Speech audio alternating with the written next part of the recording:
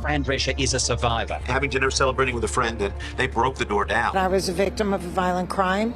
I was at gunpoint while Peter was tied up and blindfolded. It was like every cell in my body screamed all at once in literal horror. Fran was how long before that beautiful body was being used again? I'm getting sick just listening to you say it. One of these tabloids reopened it up. A paparazzi drew a roadmap for a offender to start stalking. More than 10 years after I was diagnosed with cancer. Fran Drescher from The Nanny is a beloved actress who everyone adored. Even though it seems like her life was picture perfect, she had some really dark secrets. She was attacked at one point along with her husband and her best friend. This attack was brutal, and even though the criminals were sentenced to 150 years in prison, the pain never goes away. Once the media heard about this story, they terrorized her and even published her address and different attack routes people could take to get to her. After that, Fran lost everything. Her husband came out as gay, she caught cancer, and her life went downhill from there. This is the sad story of Fran Drescher, so let's get into it.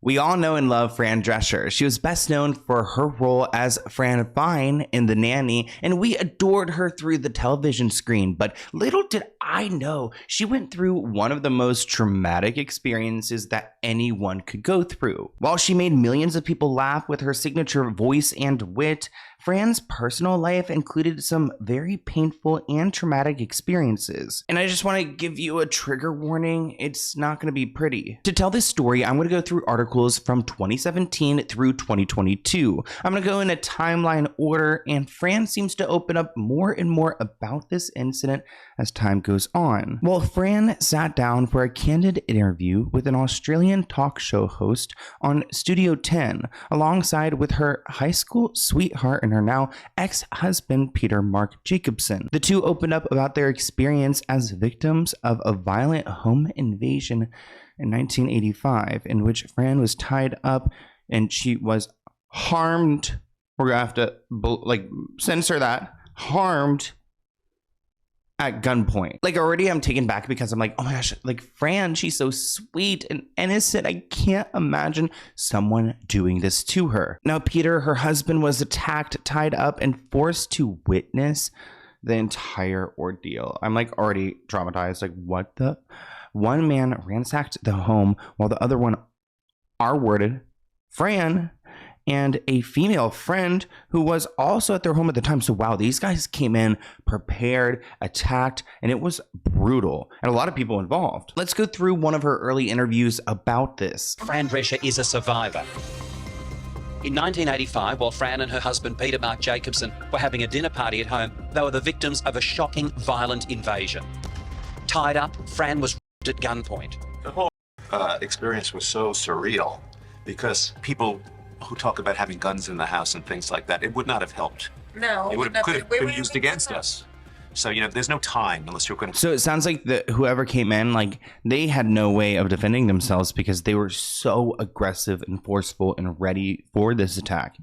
Walk around with a gun pointed 24 hours a day. There's no time to say. No, we were home, both home, having dinner, celebrating with a friend, and they broke the door down. It was locked. Nothing was done wrong, and you try to live. You try to get through it alive. And the police said, whatever you did right because you're alive. They are all alive, but it came at a cost. Now, her R-wordist, the criminal who harmed her, who was on parole at the time of the crime, was sent back to prison and given 2 life sentences. The attack happened in January 1985, but it wasn't until 1996 that Fran would go public with her ordeal, detailing the home invasion and her recovery in a chapter of her memoir, Entering Whining. She said she was heartened to realize that she had touched a chord with other survivors of these kind of attacks. You know what's worse than getting injured? Fighting with the insurance company afterwards. They will often stall, delay, and lowball you because their goal is to pay you as little as possible because they are not on your side. That's where Morgan & Morgan comes in. They are the largest injury law firm in America with over 1,000 attorneys and millions of clients served. They've secured billions of dollars for settlements and verdicts, including a $26 million payout in Philadelphia, 40 times more than what the insurance company originally offered. And the best part about Morgan & Morgan is that they don't charge anything up front. There is no consulting fee, there's no hourly rate, there's no hidden cost by going and getting them to help you out. So if you've been hurt in an accident, Morgan & Morgan has your back if you become their client. You can go to forthepeople.com/Sloan or scan the QR code on the screen to start your claim now.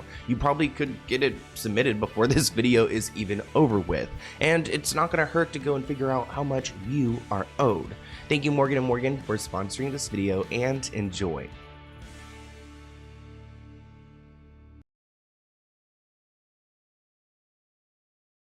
It took 10 years for Fran to open up about that harrowing night, first writing about it in her autobiography, intertwining, with the hopes that she could help other people going through similar horror experiences. There were women that asked me to sign that particular chapter because I didn't write the book until I was already famous. That was like 10 years later. And I thought, you know, if people could see where I went from that low point to where I am now, maybe it'll help and inspire other women, and men for that matter, who have been assaulted, to move on, to feel your pain. She's like so ahead of her time. And then, you know, try and pick up the pieces and put yourself back together. You'll never be the same. But whatever that is, then forge forward with that and turn your pain into purpose, which is what I always do. Oh, it's so sweet to hear her talk about those things, but it's so sad how, like, bottled in she was for so long. The torment of that night also forced Peter to seek counseling, which eventually led to him to another realization that he was in denial about his sexuality. Okay, wait, hold up. Switch up. He's, quote, Fran said, that is when you started to get in touch with your orientation. Oh. Fran says, I can laugh about it now, but the pair divorced in 1999, the same year The Nanny finished after 6 seasons, which that's gotta be hard because you lose your big gig that made you super famous, and then also losing your marriage and this man that you like, you know, they went through this together. They bonded traumatically over this. That ordeal took a toll on Peter and led him to seek professional help, and uncovered a secret he'd been hiding even from himself, that he was gay. As for dealing with it, I went into therapy, and it helped a lot. And that was when you started to get in Okay, go off, Queen. touch with your orientation. Yes. I can laugh about it now.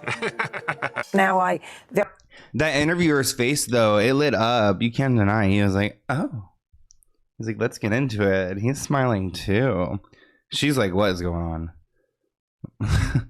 Look at him. He's too happy. Now I very affectionately regard him as my gay ex-husband. But he had realized that he was trying to control his true orientation, and that kind of spilled over into controlling me as well. And that became a little bit suffocating for me, which ultimately, you know, made me realize that I have to get out to find who I am, because he won't let me do it within the relationship. And it was after you divorced that he came out as gay, as I understand it, right? Yes. Now, you guys, you have an idea of what went down here. Very traumatizing, but I want to take you through some articles. This one came out in 2017. Fran links uterine cancer to refusing to confront the incident 10 years before. Fran is opening up about the experience being attacked at gunpoint over 30 years ago and the connection she believes it holds to her cancer battle years later. You guys know I have medical anxiety, and as soon as I start reading stuff about cancer, like my eyes, I don't know if you guys can tell how they change. Like my vision goes a little bit less clear, and it's like the beginning stages of me going to faint, but I'm not going to faint over this, but you know what I mean? If I saw a picture of something, whoo. So I've had that before where I don't know what it was, but oh gosh, I almost had it in the video. So essentially she claims that she thinks that the incident weakened her immune system from not processing what had happened to her, and it's one of the reasons why she ended up diagnosed with cancer in the year 2000. I don't think this is medical advice, but let's listen to what she's talking about. But I do believe pain manifests differently in the body, so I don't know, that could be totally true. I just don't know, we don't really know what causes cancer, right? I know people, is it red 40? People have been talking about red 40 lately, but I don't know how to know. How do you know if it has red 40 or not? I don't know. After surviving sexual assault and a marriage breakdown, life threw one more hurdle at the vivacious Fran. 10 years or a little bit more than 10 years after I was diagnosed with cancer. And that, I think, is, you know, a poetic correlation, because I really didn't deal with my pain for many, many, many, many years with the. And so, you know, when you don't do that, I ended up with a gynecologic cancer. So it kind of ends up being very I'm starting to black out. poetic in where the body decides to break down and create dis-ease. Dealing with what you were holding in. Or not dealing, exactly. I feel so bad for her. Oh, my heart goes out to anyone who's going through anything like that. It just like it just makes my heart break. I feel like is it the sympathetic? I just feel it. I'm like, I really do. So it took her 2 years and 8 doctors to eventually beat the cancer. She had to have a hysterectomy. This article actually reads, Fran was diagnosed with the cancer in 2000 and underwent immediate radical hysterectomy after 2 years of misdiagnoses by a host of doctors. Also told us that she believed toxic exposure was also part of giving her cancer. Talking about your cancer, Fran, because this is important too, you'd been misdiagnosed for years. 2 years and 8 doctors before getting a diagnosis of uterine cancer. So I got in the steps more times than Boyd Rogers. It's been a colossal learning experience. And I'm not glad I had cancer, and I don't wish it on anyone, but I am better for it. And sometimes the best gifts come in the ugliest packages. In case you guys are wondering what I'm sipping on, I'm having a lemonade and Red Bull mix. I actually really don't. I like this drink. I hate how it looks. It looks like pee, right? Like, ew. But it's good.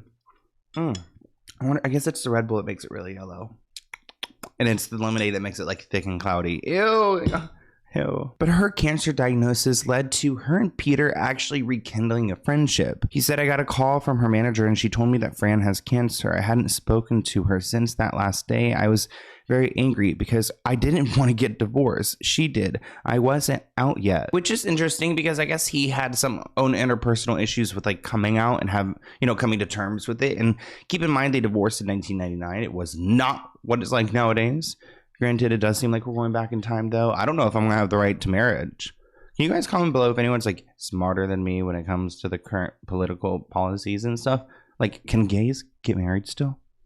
Or are they going to remove that? I feel like I heard they're going to remove it. It was her cancer diagnosis that led her and Peter to rekindle their friendship. I got a call from our manager, and she told me, and she said that Fran has cancer. And I hadn't spoken to her since that last day. You didn't want to talk to Yeah, I was very angry because I didn't want to get divorced. She did.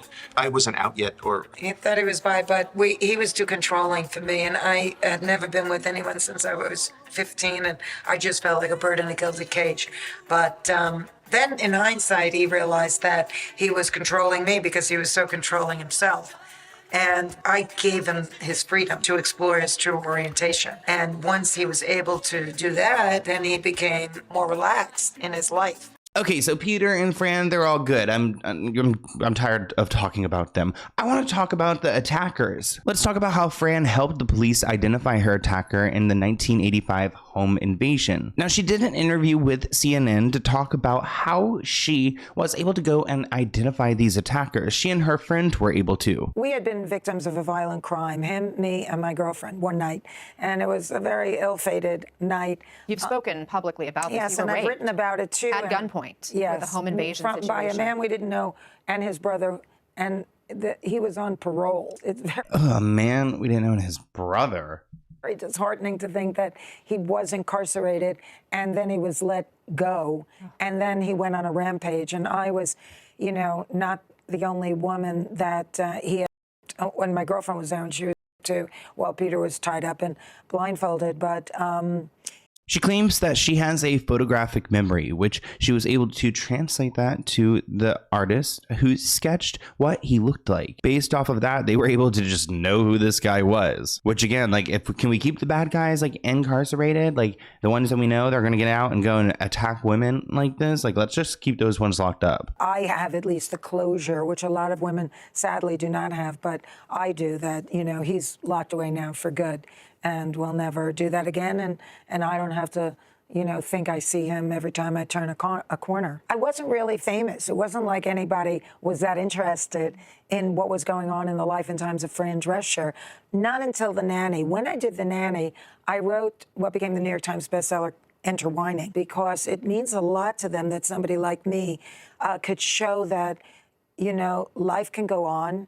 You can somehow put yourself back together and create a new normal. Now, Fran didn't tell her story until about a decade after it happened. And she did when she was famous, and the media ate it up in a really nasty way. They binge ate because they went calling her parents about it, even trying to contact the criminals, the ones who committed this violent act, to get a statement from them. She actually claimed she had to get involved in therapy because she had PTSD all over again, seeing the story everywhere. Now, because of all of Fran's trauma from this attack to cancer, she's created organizations to go and do some charity and to give back. In 2022, she spoke again on this encounter, talking about the fact that she did have some closure from it. It's not a secret that I was a victim of a violent crime. I was at gunpoint in my own home by a man that I did not know, who was out on parole. And I was one of the lucky ones because I lived to identify him and see him sentenced to 150 years of prison without parole. So I had some closure that sadly other women do not have. Now, in 2020, there was a special that Fran did where she spoke in detail about this incident, and Goldcast put together a video, so let's react to that. Really had like a primal scream in literal horror. I can still hear her. Everybody had been gagged but me. And they put a gun to my head. The life that you thought you were going to have, that's done. Fran thought no one would ever find out about what happened that night. People say to me, oh, I wish I had your life. I said, be careful what you wish for. But then the media exposed everything. Fran was raped. How long before that beautiful body was being used again? I'm getting sick just listening to you say it. One of these tabloids reopened it up, connected me to the... She just said, I'm in trouble. Like, what do you mean you're in trouble? A paparazzi drew a roadmap for a vendor to start stalking me. Why did nobody else protect her? He was on a rampage. Think about how many people... Wait, so a media source created a roadmap so that people can go and attack her again? you saved. This comment reads, the media should have been sued for showing your stalker where you lived, but I'm happy you found a certain piece. Fran said, quote, when you have a horrific experience, you become stuck in that moment and you keep replaying it in your head like a loop of that moment of horror. But then you have to learn how to walk your mind past that and into the present now. All of a sudden we heard this huge bang. And two guys with guns came running in. And it's probably like a decent home. Like, it's probably a nice, like, how did they just roll up and pick her house? really had like a primal scream. It was like every cell in my body screamed all at once in literal horror. And they took us up to the bedroom and they tied me up and they put a gun to my head. And I thought, this is it. Everybody had been gagged but me. So I was talking to him the whole time. After the incident, of course, they did not stay in that house. They immediately moved in with their close friends Dan and Donna, and thank God for them. She said they stayed in their home for 3 months, recovering, and to this day, I'm very security conscious, and if I fall asleep and forget to put an alarm on, I have to get up and go and check that, which honestly, girls say, I feel like I always have to go and check everything, make sure all my door alarm. I got so many locks. You have no idea. Like, every room has extra locks, fingerprints, and things like that because paranoid. I didn't know if we were going to come out of this alive. And I just wondered who was going to be the first to go and who was going to have to sit there and endure seeing their loved ones get killed before they get killed.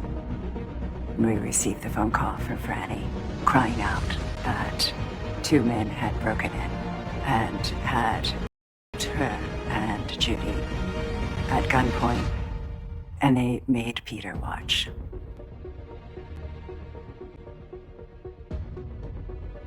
I don't, I wish I could have done more. But maybe if I did done more, we wouldn't have lived. Fran claims, I fried my adrenal glands from that night. When you have an extreme horror, your adrenals get so scared, then they dim forevermore. Like they can't recover from that level of primal scream, which that sounds so horrific. Like my heart goes out to her. It's such a sad story, but an important story to tell because unfortunately this happens way too often. Far more often than it should. And I'm sure wherever you guys live, if you live in the States, you hear about these things that happen in your small towns. I remember my small town and stuff like brutal stuff happening there. And it's like, you would never think it would happen here, but it happens everywhere.